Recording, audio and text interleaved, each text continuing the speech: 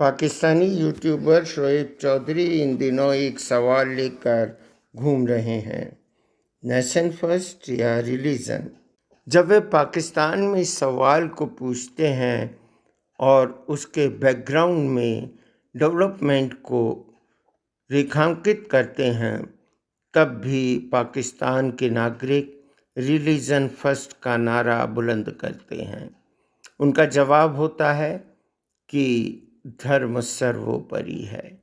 UAE में मंदिर के उद्घाटन के समय शोएब चौधरी वहीं पर थे और उन्होंने भारतीयों, हिंदुस्तानियों से यह जानना चाहा कि नेशन फर्स्ट या रिलीजन।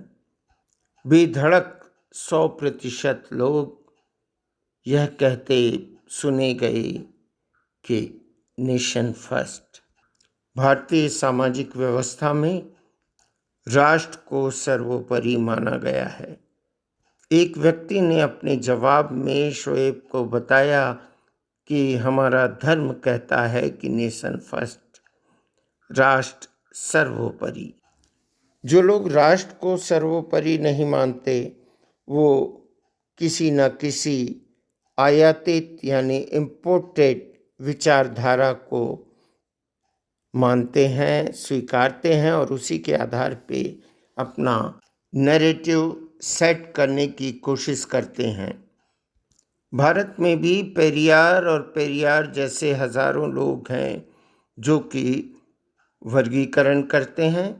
वर्गीकरण करने के बाद एक साइकोलॉजिकल रणनीति के तहत लोगों के समूह को एक दूसरे के खिलाफ इस्तेमाल करते हैं।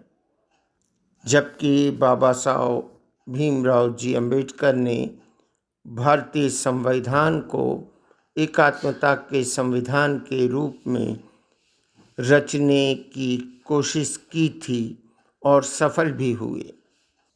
जो सेगमेंट में जीते हैं उनके लिए नेशन फर्स्ट कभी नहीं हो सकता। भारत में भी ऐसे लोग हैं जो आयातित विचारधारा अथवा जॉर्ज सोरोस की स्पॉन्सरशिप में आगे बढ़ रहे हैं। कोई जाति के नाम पर विभाजित है तो कोई वर्ग, वर्ण अथवा कोई क्षेत्र के। एक लेखक के रूप में मैं आपको बता दूं कि जब आदमी केवल अपनी भावनाओं में बहकर सोचता है तो वह अपने एक सेगमेंट में चला जाता है, और अगर व्यापक दृष्टिकोण से सोचता है और सर्वोपरि राष्ट्र के कॉन्सेप्ट को लेकर चलता है तो वह सामुदायिक विकास की अवधारणा को आगे लेकर जाता है। बौद्धिक रूप से समृद्ध, संप्रक्त और व्यापक दृष्टिकोण वाले लोग सतत रूप से अनेकता में एकता के चित्र को बनाने में सफल हो जाते हैं। जबकि सेगमेंट में जीने वाले लोग हमेशा नकारात्मक वातावरण पैदा करते हैं। भारत के लोग जो विदेशों में जा बसे हैं, वे अपने साथ विश्व बंधुत्व का कॉन्सेप्ट लेके गए हैं और उसे वहाँ पर प्रदर्शित भी करते हैं। यही एक कारण है कि उनका मनोबल भी बढ़ा हुआ है और उनकी लोकप्रियता में भी निरंतर वृद्धि होती जा रही है। भारत से अगर पाकिस्तान की तुलना की जाए तो हमें पता चलता है कि वहाँ वर्ग भेद बेतहाशा है। वहाँ तो पूजा प्रणाली के आधार पर भी भेदभाव करना आम बात है। पाकिस्तान की डीप स्टेट को और पॉलिटिशियंस को ये समझना चाहिए कि भला कभी पूजा प्रणाली श्रेष्ठ या निकृष्ट हो सकती है? यदि वे यह समझते हैं तो गलत कर रहे हैं। भेदभाव के चलते पाकिस्तान में 1971 में एक घटना घट चुकी है, यानी पूर्वी पाकिस्तान और पश्चिमी पाकिस्तान दो हिस्सों में बंट गए। अभी भी भेदभाव जारी है। वो दिन दूर नहीं जब सिंधु देश, बलूचिस्तान, पीओके और खैबर पख्तूनख्वा अलग अलग स्टेट के रूप में अस्तित्व में आएंगे। जॉर्ज सोरोस जैसे लोगों को भारत की एकात्मता का सिद्धांत बिल्कुल पसंद नहीं है। वो इसके लिए धन खर्च करने के लिए भी तैयार है, और कर भी दिया हो तो कौन जाने।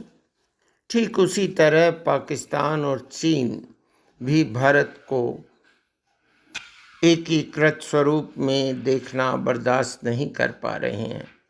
भारतीय एकात्मता का सिद्धांत अब शनय शनय यानी क्रमशः मजबूत होता चला जा रहा है।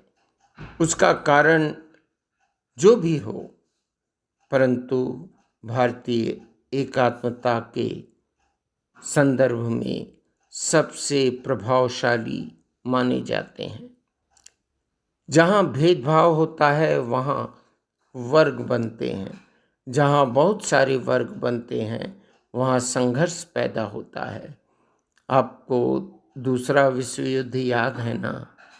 भारत के नेतृत्व और भारतीय लोगों का खुलेआम ऐलान है कि हम आपसे जंग ज़रूर करेंगे, पर हमारी जंग सॉफ्ट पावर के डेवलपमेंट की होगी, फिजिकल डेवलपमेंट की होगी, इकोनॉमिकल डेवलपमेंट की होगी। चलिए चलते चलते एक बात कहे देता हूँ। बहुत मसरूफ़ है खुद के किस्सों में, उसे समझाए कोई कहानियाँ और भी हैं। आपको ये पॉडकास्ट कैसा लगा? कृपया कमेंट बॉक्स में ज़रूर बताएं। शोएब, जो आप सवाल कर रहे हो, उन सवालों के लिए मैं आपको बहुत बहुत बधाइयाँ देता हूँ। पाकिस्तान को अब ऐसे ही सवालों के सामने खड़े होने की और सटीक जवाब देने की ज़रूरत है कि नेशन फर्स्ट